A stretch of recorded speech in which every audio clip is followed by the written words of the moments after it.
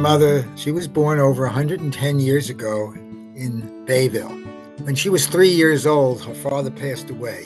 He had been a butcher in Bayville, and he would ride around in a horse and buggy. But unfortunately, in the influenza epidemic of 1918, 1919, he passed away at the age of 32. So it was just my mother and her mother, my grandmother.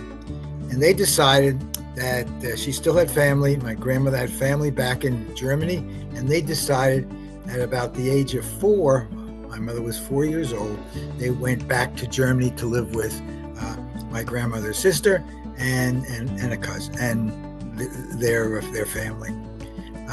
They lived there for 11 years. My mother went to school there through part of high school, and then in 1932, President Roosevelt called all U.S. citizens back. That was after Hitler came into power, and U.S. citizens were asked to return to the U.S. So she and her mother came back. When she came back, she finished high school in Valley Stream, and then she got a job. Ultimately married my dad, who had also come from Germany, and then they had my brother and myself. My grandmother lived with us. My mother lived to the ripe old age of 90 years old. She had 2 grandchildren and 4 great-grandchildren. My mother was a person of wisdom, and she was never bashful or shy to impart it on me and my brother.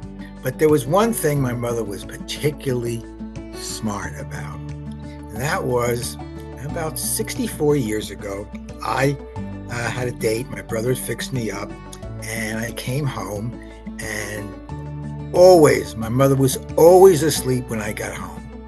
That night, she was up, and she said, "How was the date?" And I said, "It was pretty good. It was pretty good." She said, "Are you going to go out with her again?" She didn't even know who this person was, really, but she had an intuition.